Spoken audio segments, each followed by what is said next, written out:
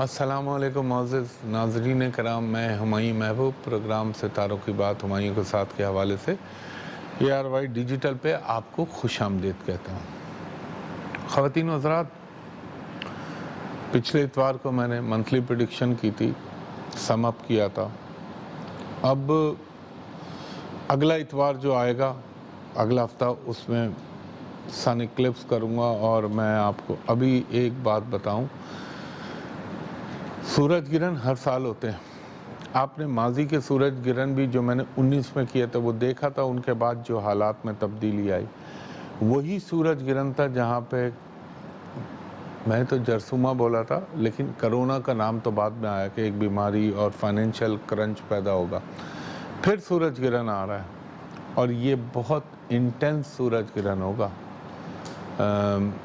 اور بڑی عجیب پورشن کے اوپر اس کے، ویسے تو پوری دنیا پہ گلوبلی ہوگا، مگر اس کے انفلوئنس ایسے ہوں گے کہ آپ کو ریپڈلی اللہ کے حکم سے نظر آئیں گے۔ خیر، وہ اگلے اتوار اس پہ، اگلے ہفتے کو اس پہ بات کرنی ہے۔ دوسری چیز، خواتین و حضرات، کچھ لوگ، ظاہر ہے، میں ایک بات کہوں، میں منافقت نہیں کرتا۔ میں اگر انڈیا کی مخالفت کرتا ہوں تو اوپن کرتا ہوں، کوئی چھپاتا نہیں ہے۔ را کا نام لیتا ہوں، موساد کا نام لیتا ہوں، CIA کا نام لیتا ہوں، بلنٹلی لیتا ہوں۔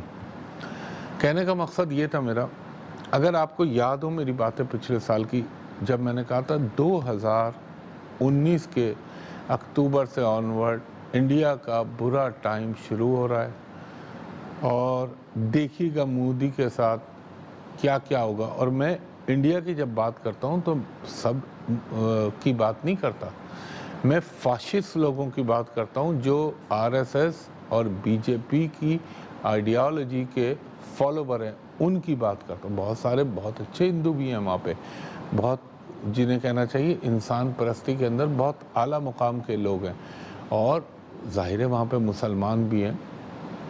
مگر جو اس نے اپنے پہلے رجیم میں بھی، اور اس رجیم میں ابھی تو 1 سال ہی ہوا ہے اس کو، جو اس نے حرکتیں کی مسلمانوں کے ساتھ، اور سب سے بڑھ کر جو کشمیریوں کے ساتھ ظلم روا رکھا ہوا ہے کہ 5 اگست 2019 سے ان پہ لاک ڈاؤن کیا ہوا ہے، حالانکہ اللہ نے تو پوری دنیا کو لاک ڈاؤن کرایا ہوا تھا، مگر کسی کے کانوں پہ جوں نہیں رینگتی۔ اور جب میں نے آپ سے عرض کیا تھا کہ اس کا برا دور شروع ہو رہا ہے، کیا اس وقت کوئی اندازہ تھا کہ چین کے ساتھ یہ کانفلکٹ ہوگا؟ کیا یہ اندازہ تھا کہ نیپال آنکھیں دکھانے لگے گا؟ یہ اللہ ہے، اللہ تعالیٰ کی شان ہے، میرے رب کا، جسے کہنا چاہیے نا، اس کا کرم ہے پاکستان پر، اور اس کی یہ شان ہے جو وہ دکھا رہا ہے دنیا کو۔ کسی نے سوچا تھا جب میں کہتا تھا کہ 2020 دیکھیے گا دنیا میں کیا کیا ہوگا، وہ دیکھیں گے آپ لوگ جو آپ نے ماضی میں کبھی نہیں سوچا بھی نہیں ہوگا، اور آپ بولیں ارے یہ بھی ہو گیا۔ امریکہ دیکھ رہے ہیں آپ، ٹرمپ کا حال دیکھ رہے ہیں، امریکہ کے اندر جو نسلی فسادات بنے ہوئے، جس طرح کے وہاں پہ ہنگامے ہو رہے ہیں، یہ سب آپ پورا میڈیا جانتا ہے۔ اور دیکھیے، میں ابھی بھی اپنی اس بات پہ قائم ہوں جو میں نے 2020 کے لیے کہی تھی کہ بڑی بڑی پرسنالٹیز جو ہیں وہ ملاقات کے لیے کہیں اور چلے آئیں گے۔ سمجھ لیں، جتنا بول رہا ہوں آپ سمجھیں۔ دوسرا، انڈیا کے حوالے سے، یہ تو ابھی کی بات ہے، 2 مہینے میں نے کہا تھا جون کا مہینہ دیکھیے گا، ان کی یہاں کیا مارا ماری اور کیا پرابلم شروع ہوں گے۔ پلس ایک بات میں کہوں گا، وہ بولنی چاہیے حق پہ، انہوں نے پاکستان پہ جعلی جو ہے سرجیکل اسٹرائک کی، اپنی عوام کو بے وقوف بنایا۔ لیکن جو لوگ انٹرنیشنل میڈیا دیکھتے ہیں، انٹرنیشنل اور پاکستان کو دیکھتے ہیں، ان کو پتہ ہے اس میں کتنی صداقت ہے، لیکن جو وہ بیچاری وہاں کی غریب عوام ہے بھولی، اس کو الو بناتے ہیں۔ یہ پھر ایئر اسٹرائک کا کیا، جھوٹا پلوامہ کا ڈرامہ رچایا، ابھی جھوٹا پلوامہ کا ڈرامہ رچا رہا تھا۔ یہ کیا بات ہے؟ جب میں عرض کیا تھا 3 ہفتے پہلے، میں نے کہا تھا